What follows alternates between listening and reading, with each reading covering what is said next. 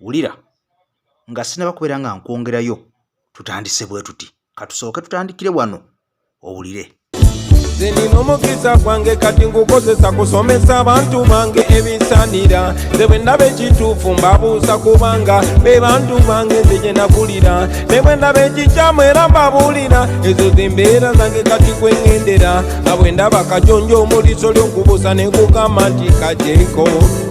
omubu omubuusa yasiima omulala yakugamba nti nzemyako talina amagezi awulira ne yesooti nga talina amagezi yanjawa. Ampuliriza kankusabe video eno kyokka ogimpere ekigalo tusimbule omulundi gumu wabula ogenda kulya ebigambo ebizito mu vidiyo eno byobadde tomanyi byobadde tosuubira bannayuganda naddala abo abavubuka abagenda okutambulako okuva mu Uganda ogenda ebweru n'abo abatagenda kufuluma mu Uganda naye ng'owangalira mu Uganda embeera yamaze dde okubeera nga eboonoonekera. Wulira olukwe Ssinziggo kakati olukwe luno lupangibwa mwami Museveni ne gavumenti ye eri buli muvubuka ali mu Uganda kya nnaku nnyo kitalo ddala wabula nga mu mbeera y'emu omusajja atawena omukambwe atasiba zikweya ono alumbye General Museveni direct mu State House wabula afukumudde ebigambo ebiyitirivu era nga mu mbeera y'emu kimaze okubeera nga kikakasibwa era nga mukwano gwange ampuliriza kimaze okubeera nga kirangirirwa nti President Robert Kyagulanyi Ssentamu Mitembo Bobi Wine ono kyabulambuzi era alina kusinzibwa nga Yesu. Kakati n'ebigambo bino ate abiwaddeko obujulizi muntu wa NRM Kungwe omusajja omukulu atasiba zikweya. Kati ogenda kulira ebigambo ebizito ddala mu vidiyo eno wabula nga sinaba kubeera nga nkwongerayo tulirambula ne Haji Miti omusajja omusomi w'edduwa ennamba yeyo gy'olaba alina ekizibu omukoonako. Kakati n'omunnanga mpuliriza nkusaba ompyo subscribinge guno gwe mukutu gw'omuntu wa wansi ogw'enkyukakyuka ogwa AKTV nange AK Master kansimbule bwe nti olya vidiyo eno nkusaba ogimaleko kati ebigambo ebitiisa buli munnayuganda wenna sooka olya akatambi kano kankutandikize eno ewali omuvubuka yenna oba oli mbyabufuzi oba tobiriimu amaziga gateeketeke kumpi ogenda kwekabirya wano we tuli tusimbudde. Waliwo ekintu ekigenda mu maaso bannayuganda kye balina okutunuulira mostly abavubuka. Poliisi egenda neekola ebikwekweto neeyoola yeeyoola buyoozi netwala 10 netwala 2 netwala wa mu poliisi ez'enjawulo bwe babatuusaayo kiro kuba ebikwekweto ebikola kiro enkera ku ssaawa 4 oba 5 ne babafulumya ku parade. Bwe bamala okubafulumya ne boogera gye muli biki gwe wabadde okola ki n'ebirala ebiringa ebyo ne babazaayo ku ssaawa 7 oba 8 owa forensic n'ayingirawo owa kamera kubajjako binkumu. Tokola statement nga tebamaze kujja ku kintu ekikumu kitegeeza nti olina emisango oyimira ne bakuba mu system oyimira ne bakuba ekifaananyi ne bakujja oteekako engalo zonna 10 ne bazikujjako zonna 10 ne bakupima obuwanvu ne bakupima obuzito byonna wali n'ayingiza mu system olunyiga bweyoti information yeyo neddukirawo ku Interpol. Already bamaze implicating as a criminal. Single musango tebajjayo biri naye tonnaba nakuwandika statement bakuggyeko ekinku bategeere nti oba ddala bakukwatidde bituufu wabadde mubabbi oba nedda no naye basoose kujjako information yo yonna already you were criminal. Kakati baddira kasita basindika information yegenda ku Interpol negenda ku borders zonna negenda ku kisaawe Entebbe. Tugenda kutuuka bannayuganda nga tolinawo ogenda kuyita kufuluma ggwanga Uganda kubanga likodi yo bamaze ogiyingizaawo. Olwaleero abantu abamu including me tuli mu red alert ku Interpol. Tuli mu red alert ku Interpol okuyita wali ku kisaawe Entebbe. Kati bw'ogenda ku kisaawe Entebbe ng'olina gy'olaga ofuluma eri balina system nti kamera olukulengera nga ziconnectinga ne ku information gye baweereza nga alo emyufu etandika okutambulirako olaba security kuzingako. Bw'oba oyita ku border kamera olukulengera kubanga ebinkumba birina ne connectinga ne information gye baweereza that one is a criminal nga alo emyufu etandika okutambulirako mu system eri ogenda okulaba gwe bakujja mu layini sooka ojjeko wano. So that is it. Naye nga ddala ate at the end of the day ne bakeera ku makya mwenna ne babayimbula nga mumaze okukola ze statement ne babawa police bond ne mutambula ne mugenda naye nga tomanyi kisigadde mu system. Katumba bampite nabwe gavumenti y'abamafia bampite Katumba ku kooti kooti naye nga abaana baaliyo nga 40 mwalimu abamanyi babiri baali bakutte babakwata ne pikipiki nga tebana ku reflector naye bwe baatuuka wali ne babasuzaayo ku makya waliwo abali ku budinisa nga bagamba nti olukuva ku parade emitwalo 4 bakweyimirire leeta emitwalo 3 bagenda bazisala obudde bulinnya sente zisalika naye baatuuka mu kooti abaati balina sente omulamuzi yabuuza kimu nti mukkiriza omusango naye nga wano bamaze obbakookinga ni mukkiriza omusango omulamuzi abawa ebbeiro ya mitwalo 4 abamu ku bwereere baabateekanga mu kibinja ky'abantu 5 naga kooti ebeeyimiridde amukute avuga tukinga talina reflect tugendako mwoyo wo Katumba. Kaakati nno nga wakamala okuwulira ebigambo ebyo ebyewuunyisa ebyennyamiza eri bannayuganda omuli abo abakwatibwa nga balina emisango kw'ossa abo abakwatibwa nga tebalina misango wawula ne baggyibwako ebigalo era bamala okuggibwako ebigalo ne bamala okubeera nga bayingizibwa data waabwe n'ayingizibwa mu system eya security oba ziyite kompyuta ez'ab'ebyokwerinda nga zino ziraga nti abantu abo baatwalibwako ku poliisi wadde ng'oluvannyuma bayinza okuzuulwa nga abatalina misango naye ampuliriza kaakati bona ogenda ku Interpol banaagenda okuggyako ebigalo nga bakulaba ng'omuzi w'emisango kati ojja kuba tukyasobola kubeera ng'ofuluma Uganda kubanga gavumenti yo yakukotogera dda n'ekuteekako embeera eraga nti munnango limenyi w'amateeka. Kaakati nno omusajja ono omukambwe atasibazikweya Atawena wano waasinzidde naga nti okufa n'obutanyagwa okufa n'omuntu mwami Museveni kagenda kubeera nga kamujjuutuka ono alayidde namugamba nti Wesonyiwe Bobi Wine bannayuganda b'okwata b'osiba bazza musango ki. Omusajja yogedde ebigambo bitirivu nnyo era ebigambo bino nkusaba obyerabireko obyewulirireko kuba nagamba ku AKTV tuleetawo akawa abantu abo bennyininyini ne feesi zaabwe n'ebigambo ebyo n'otagamba nti tubawanda ebigambo mu kamwa. Kaakati nno kanakataminako sooka okawulire omusajja Atawena ono. Owekitiibwa mwami Museveni tukolere ekyafaayo kimu otuwa ekirabo ky'omwaka nga bapulezidenti ab'ensi endala zonna abaana baffe aba National Unity Platform obate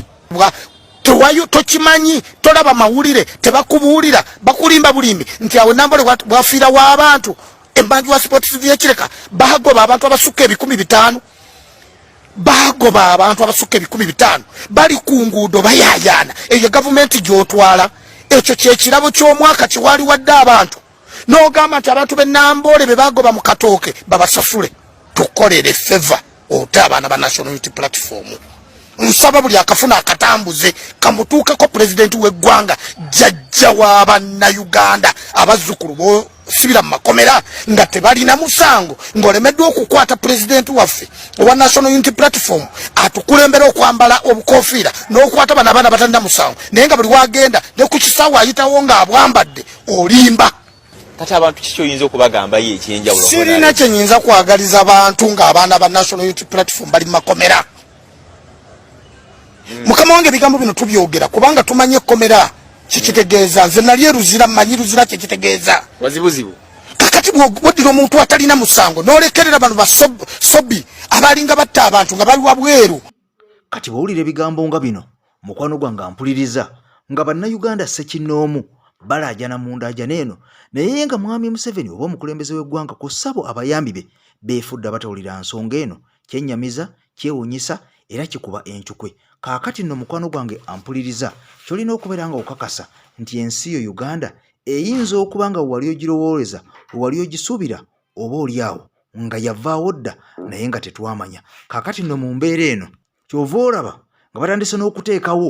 obuntuntu obutategeerekeka nabo ne bujja ne bwesimbawo ku bukulembeze bw'eggwanga oba oliawo ne bateekawo obuntuntu ne babukikkinikawo basobole okubeera nga baawulayawulamu mu bantu abanna struggle era abo abatalina buwongo ne basobola okubeera nga munnange bava ku mulamwa ne batandika okubeera nga bawuguka ne bagenda n'embuyaga oba oliawo ekitandisaanidde. Kaakati nno omusajja ono wa NRM avuddeyo naga nti mu nsi muno talabangako muntu musiru muntu mufu nnyo atalina mulamwa nga alien skin. Ebigambo bino si byange njagala obiwulire ate nkwongere nkugambye eno jajjuwulira mukwano gwange kibulu ekyali eni skin naye abantu bali mu kusika muggwa bali mu skin mbwa akakasajja bakagulumiga bajja kateeka waawo bayinza n'okasimbawo embwa yennyini amazi ekuliyesone njaka kuba paka bwekalowooza mbu omanyi waliwo omusajja omusiru naye abasajja bano baadoma abasajja bano baadoma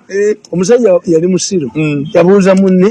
nti owaaye wayitawo gaggawala nti mumwanyi ne pambu nalyoka adduka nga wayita mumwanyi kati bano balowooza nti Bobi Wine nti kuyimba endo mbwa alien skin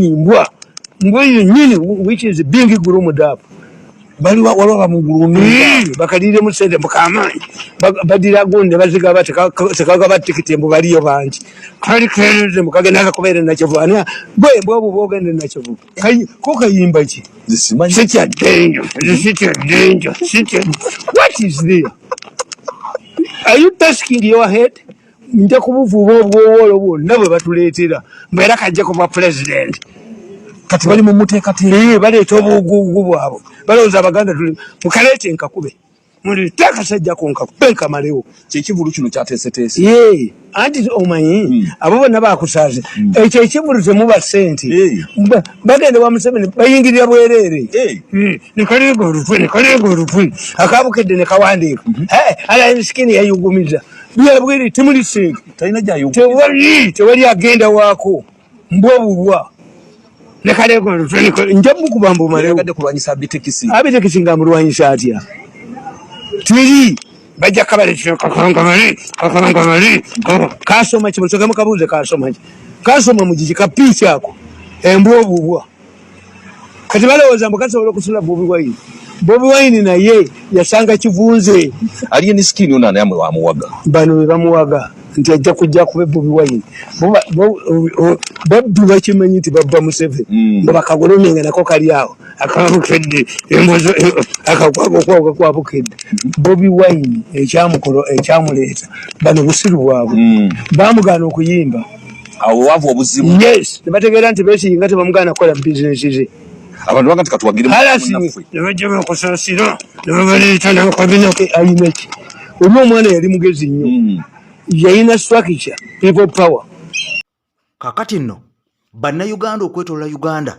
bano nga balindiridde okuyingira omwaka omujja nga bali ne Ssaabasajja Kabaka wa Buganda wali mu nkuuka mu Lubiri e Mengo era olunaku olwaleero we buzibidde bannayuganda bangi bafunye omukisa oba oliawo ne basinkana ku maaso moogi era ne bamusinkana beene ng'ono abaguddeko bugwi era beewuunyiza nnyo wabula balaze essanyu eritabangawo kakati nno nga nnyinimu mwabwe abanga mwali Ssaabatakanga waali njaga nnyo ebigambo bino bye twogera n'obeera ng'obyerabirako kubanga nakoleredde akatambi akasoso olunaku olwaleero naye nkulaga nti enkuuka eno yo bannayuganda baatandise dde okubeera nga bayingira olunaku olwaleero essaawa zigenza okubeera 10 olumosi ng'olubiri lunaatera okubeera nga lujjula wali mu nkuuka kaakati nno sooka olabe bannayuganda bano abasinkanye Ssaabasajja olunaku olwaleero ono abadde akola dduyiro wali eri ku luguudo bw'atyo n'abasinkanako era bangi beeyaze ku ttaka ne basanyuka ne babeera nga balaga essanyu n'okubeera nga bamulaga nti enkya omwaka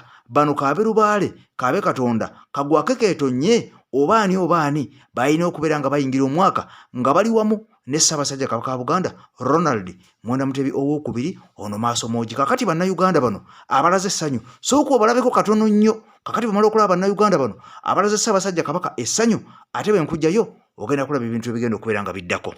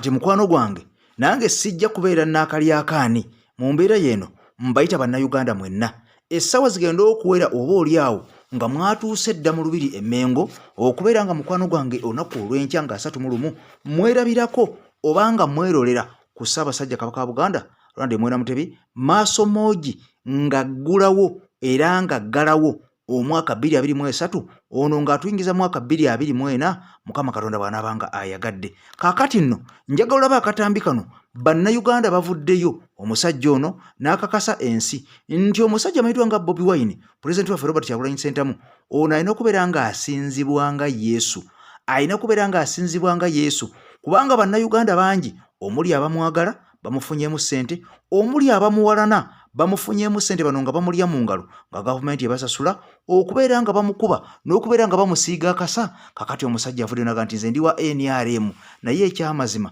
sinnalabako munnayuganda ku generation eno agaggawazizza bannayuganda akyusiza bulamu bwa bannayuganda kwenkanankana musajja amanyiddwa nga Bobi Wine. N'olw'ensonga eno Bobi Wine ono si muntu wa bulijjo, amasannyalaze g'alina si ge g'abantu aba bulijjo. Omusajja ono asaana kubeera ng'asinzibwa nga Yesu kubanga ayambye bannayuganda bangi okwejja mu bwavu okuli abamuwalana ku ssaabo abamwagala.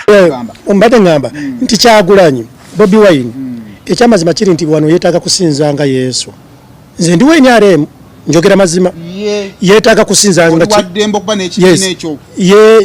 Bobi Wine asaana kusinzibwa nga Yesu. Abantu bangi bafunye zi visas, family zigenda kugaggawala, abantu bafunye wano emirimu, abantu bagaggawadde, abantu bakoze amannya, Bobi Wine asaana kusinzibwa nga Yesu. Nze ku lwange bwe njogedde kubanga Bobi Wine ebirungi byakoledde bannayuganda kati bingi wadde nze simuwagira alina ddala byakoze mu butamanya. Yes, wadde nze simuwagira iti dembe lyo era n'alumba emezayo olw'obutawagira Bobi Wine naye waddembe lyo wansobi yiyo sengira ddala maya oli musobya nnyo kubanga muno mu Uganda naye nze eno ntuddamu kikonkuludinga bwenti mu Uganda bw'okizuulanga ensiri mwe muva ssente zo tokwatanga bomba n'ofuuyire ki kubanga tewali mikisa Bobi Wine kuvaawo netufuna omuyimbi teguliyo Besigye we yabeera munnabyabufuzi abaafunangamu baali basuubuzi kubanga yeekalakaasanga nnyo. Naye njagala omanye ekintu kimu kiri ekintu nti mwe ba entertainers abali mu journalism namwe mukoze ekintu kyekyamu ekya nti Bobi Wine temumutunze bulungi mu bantu. Bwe nakyetaaga okutunda noda kituufu kati obwakabaka tulina obwakabaka twazalibwa obwakabaka we buli naye era buli bwe tugenda tukulembeza bwakabaka bwaffe abadde tamanyi abutegeere. Mulimu gwa Kyagulanyi okwetunda gusigwafu ng'okoze erinnya ku Bobi Wine nange mugase nze Simon nakakulaba emirundi nga 3 ng'oli ne Bobi Wine omu-interviewing naye nga interview gy'okoze ne Bobi Wine erina abantu million na million ba contribution yange yes ati kyenjogerako olina mwebaza nze nkugambye point yange eri bweti terina gwesosola bw'ozuulanga ensi kontino ebaliisiza olunaku olwaleero ensiri ezivaamu bwe zibaluma ojjanjabako omusujja gwa mutwalo gumu 2 ge bakuwadde n'ogafissa toba musiru kufuuyira ki kakati mwe kyemuli mukola buli alira ku ssente ziri akomawo eno kufuuyira nsiko yeerabidde nti singa omusajja avaawo tebagenda kuddamu kukola ki. Naye Bobi Wine ze bakola byokungoba ku kitebe kyabo bantwala Sirinya naye nga Bobi Wine njagala omanye nti no bagoba muganda munno otegedde bagoba muganda munne. Kakati nno omusajja oyo amanyiddwa nga Edi Mezaya awagira NRM mu lukulwe. Kakati ono yavudde nakakasa nti omusajja asaana kusinzibwa nga Yesu mbuje wa NRM naye mbantu abaagalwa mu Uganda talabangako muntu gwe baagala okwenkana Bobi Wine. Kakati ate era mu mbeera y'emu omusajja ono omulala ate naye era avudde nakakasa ensono naga nti President Kyagulanyi Ssentamu Mitembo talabangayo muntu nga President ono akoze byafaayo, talabangako muntu akoze byafaayo nga Bobi Wine mu nsi Uganda. abantu ssekinnoomu abaagala ensi yaabwe bano batendereza era ne bakakasa era ne balaga ebirungi Pulezidenti Kyagulanyi Ssentamu Mitembo byakoledde bannayuganda okuggyako oyo atayagala Uganda atamanyi nti Uganda nsi yaffe ye yekka ayisaamu alengezza n'okubeera nga awalana Pulezidenti Bobi Wine Robert Kyagulanyi Ssentamu Mitembo. Video jimpere ekigalo mukwano gwange ampuliriza. Nkomyawo kwekyo. Ensonga ya mukulu Robert Kyagulanyi President wa National Unity Platform ndowooza President akyasinze okukola ebyafaayo mu bavuganya Uganda kubanga yali muyaayi n'ava mu ghetto kati olaba President Museveni ageegeenya naye afuuke wa ghetto n'ava mu kubeera omubanda namulabako nga tumuyita kibanda ngera bw'abazze tukyamuyita kibanda ne tuseeseetuka ne tumugjamu ekyo abantu kye baali bamulabamu n'afuuka pulezidenti asala kaati nga mulimu akakoloboze mwakalaba mwana tu ne tumugeegeenye era ne tumuyeeya n'ava ku kaati kati asala enviiri ezituukana n'omutindo era bw'omusanga ku kitebe wali ng'atambula noza flashback emyaka 4 emabega bwe yali toyinza kukkiriza nti Kyagulanyi oli gwe twali tukola ki tumanyi bw'atuuse okujja akoze byafaayo oba abikoze atya ffenna twagala kukola ki kumanya mwami Kyagulanyi Robert Ssentamu bwe yatuuka okwera yayera era mu byafaayo ng'ogjeeko kabaka yekka mu 1966 Kyagulanyi omulaba nga yasenye ababaka ba Nuupu n'abaleeta ne bakkata mu parliament performance naye ogiraba nti Mpuuga akoze ekimala question ebaddewa mu kukola decision ey'okuseeseetula oba okukyusa mu bukulembeze obwa parliament kaakati weesanze nga omanyi obukulembeze mu bukulembeze mubeera mu positive ne negative mubaamu okumwenya n'okunakuwala mubaamu anyigirizibwa n'agenda n'asanyuka kaakati muganda wange Mpuuga nze mutwala nti is a senior yaseeseetuse n'ava mu kifo mwe yabadde n'agenda mu kifo ekirala ekiri so competent ku kaliba ya Mpuuga era bwe weetegereza ennyo abali bawo balitegeera nti Kyagulanyi yali mugezi ekifo kye bayita okubeera commissioner wa parliament obeera ozitowanga bw'olaba kirakatu parliament omuntu yekka eyali akituddemu n'akijyamu mu byafaayo bya Uganda yali Ajimiti omusomi w'ekitabo era omusomi w'edduwa nkozesa kyoto kino ekyoto kino kiba kitagombolola lwaleero ku kyoto kuno kwennyambira abantu bange buli muntu yenna alina ekizibu kye ojja ku kyoto kino n'osuulawo akabaani ne nkusabira buli alina ekizibu naddala mu abali e Bulaaya nompereza amannya naye nga suula mu kyoto kino ne nkusembera edduwa ne nkuggyako ebizibu n'ebiba bikusumbuye walemererwa mirimu ki ddala mu abali e Bulaaya abali mu nsi muno mu Uganda abalemeddwa okufuna visa nga ntegeeza eri abaana Adamu ne nkozesa nkofu ku kyoto kuno namala okusindika enkofu eyo negenda ebanja amabanja ge bakubanjiza gonna gwe yalema okufuna okuweebwa Ajimiti nkozesa amazzi ku nnyanja kuno kumulengera ku mazzi wano Ajimiti nga bwenyimidde olwaleero ngokumasira abaana Adamu bompereza ebiwandiiko byonna bye bompereza ng'oli e Bulaaya mbikwata ne mbizinga ne muwandika kapapula ne mbisula mu nnyanja ne nsaba Allah gwe nsinza asumulule ebyo bye babikulemeredde awa visa agifuna alemedde okufuna omusajja omulungi amufuna nsangibwa ku namba 0752 887 15 15